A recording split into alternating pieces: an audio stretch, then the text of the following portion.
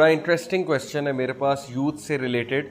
और ये यूथ का बड़ा कॉमन क्वेश्चन है कि अगर कोई शख्स किसी को पसंद करता है और उसके साथ चैटिंग करता है, गुफ्तगू करता है और ज़ाहिर है कोई बुरी इंटेंशन के साथ नहीं, कोई बुरी बात नहीं करता, अगले को हर्ट नहीं करता, तो इसके बारे में रिलीजन जो है वो क्या हमें गाइडलाइन देता है कि हम सिर्फ बात कर रहे हैं। इस क्वेश्चन की तरफ मैं बाद में आता हूँ, लेकिन पहले मैं एक फ़र्क वाज़े कर दूँ लव और लस्ट में, जो कि हमारी यूथ को पता होना चाहिए, हम सबको पता होना चाहिए।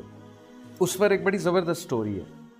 एक जापानीज़ सामुराई था, वो रिवर के किनारे बैठा हुआ था और एक बंदा आता है, वो रिवर से एक मछली को निकालता है, फ़िश को निकालता है और फ़िश को निकाल कर पटकता है और उसके बाद जो उसको ज़िबा करता है, उसकी खाल वगैरह उतारता है, जो भी करता है, उसके बाद उसको पकाता है और खाता है। तो जो जापानीज़ सामुराई है वो उससे पूछता है कि why are you eating the fish, तुम फ़िश को क्यों खा रहे हो? तो बंदा कहता है because I love it, I love the fish. हम भी इसी तरह कहते हैं I love this, I love that, I love this dish. तो वो एक बड़ी अजीब बात करता है, वो कहता है कि no you don't love the fish, you don't know what love is. तो बंदा बड़ा हैरान होता है, वो कहता है कि ये किस तरह की बात कर रहा है, पता नहीं पागल है या क्या वजह है।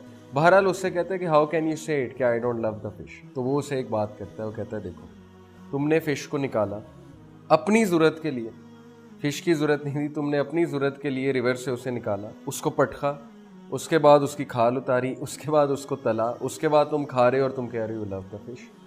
तो don't say you love the fish, actually you like the taste of the fish, क्योंकि वो तुम्हारी एक नीड पूरी कर रही है, तुम्हें उसका टेस्ट पसंद है।